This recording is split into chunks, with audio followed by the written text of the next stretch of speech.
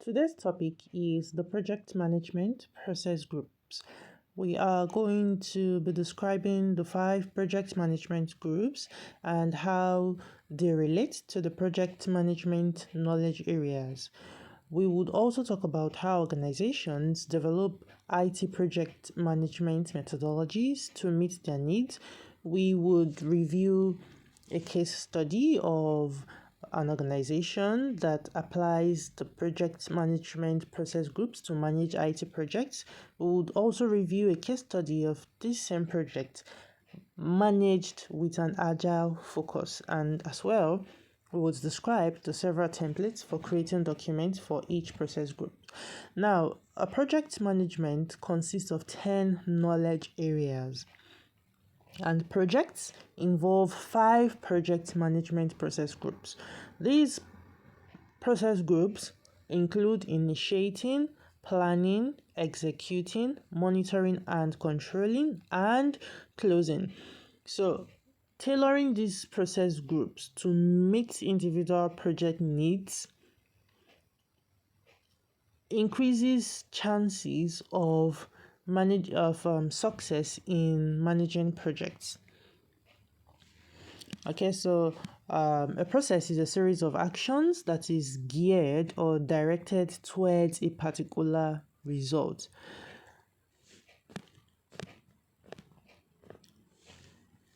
And then you can actually follow the project management process groups in different types of projects, not just information technology projects alone. For example, in the production of a movie, these process groups can be followed. There are different processes that are involved when making a movie. You have the screenwriting, producing, the acting and directing, and then editing, and then releasing the movie to theaters. Now, the screenwriting stage is carried out in the initiating process. It is involved in the initiating process. The producing is involved in the planning process. Acting and directing falls under the executing process. The editing falls under the monitoring and controlling process. And then releasing the movie, which is the final thing to be done, is part of the closing process. So as you can see, the project management process groups can be applied in any kinds of project, not just IT related projects. You can map the main activities of each project management process group into the 10 knowledge areas using the project management book of knowledge. We would see how this is done as we progress in this chapter. Many organizations actually develop their own IT project management methodologies. Now, defining a methodology describes how things should be done, while a standard describes what should be done. There are standards and then there is methodology. And then we have different project management methodologies, which are the projects in controlled environment, agile, rational unified process, and the 6 Sigma. Every organization should have a good project management process if they want to succeed. Now we are going to look at a case study of JWD Consulting's project management intranet site using a predictive approach.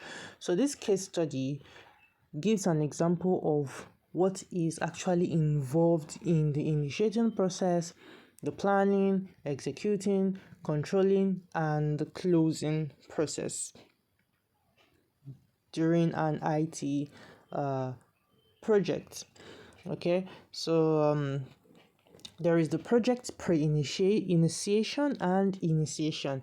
Initiating includes recognizing and starting a new project. Now, how do you recognize a new project and how do you start it? It is by knowing the right kind of projects to start and having and starting these projects for the right reasons, knowing why you have to carry out these projects, knowing why you have to start this project.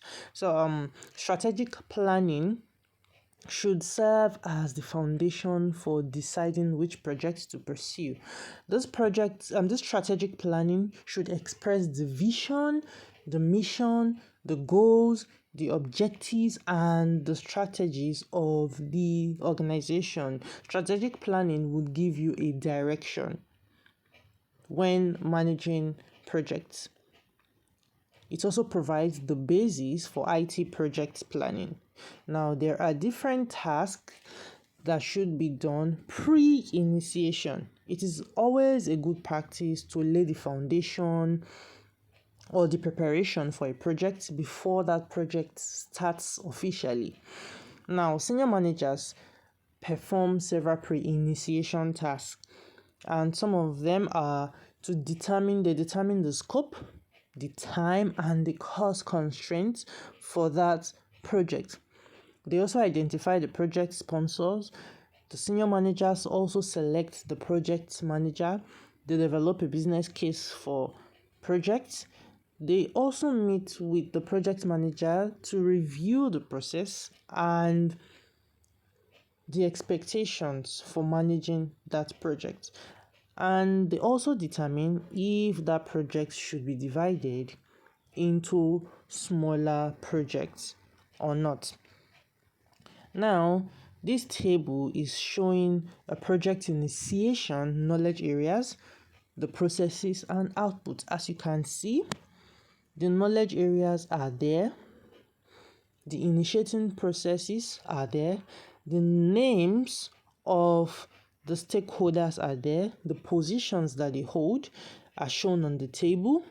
The role that they are performing in that project is also on the table. Their personal information, such as their emails, are also made available. The level of interest and the level of influence, as well as the potential management strategies, are all shown on this table.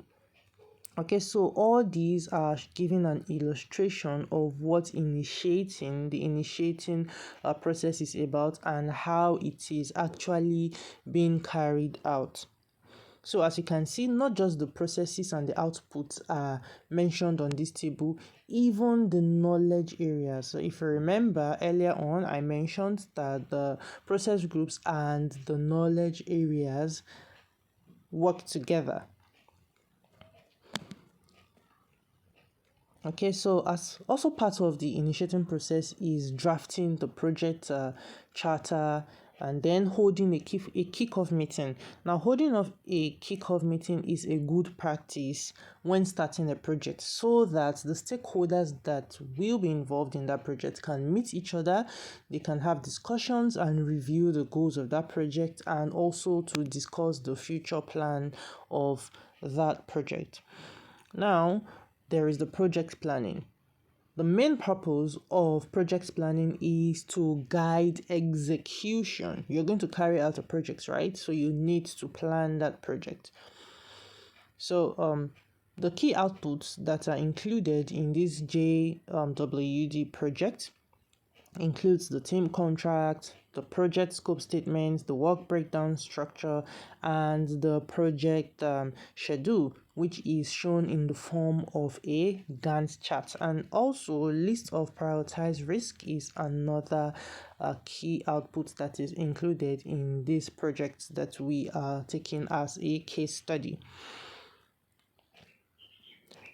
Okay, so then after the project planning comes the project execution. It usually takes the most resources to perform the project execution because you are executing the process, the project. So you need a lot of resources. So in this case, the project managers need to use their leadership skills to handle the challenges that may occur during this stage of a project.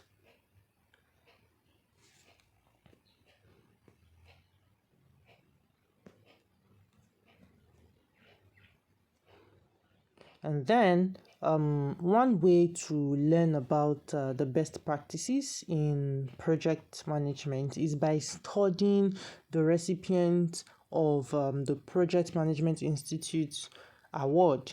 Okay, look at what projects they have done, projects they have executed and succeeded in that made them to be awarded Project of the Year by the Project Management Institute. So this is one way to learn about the best practices in project management.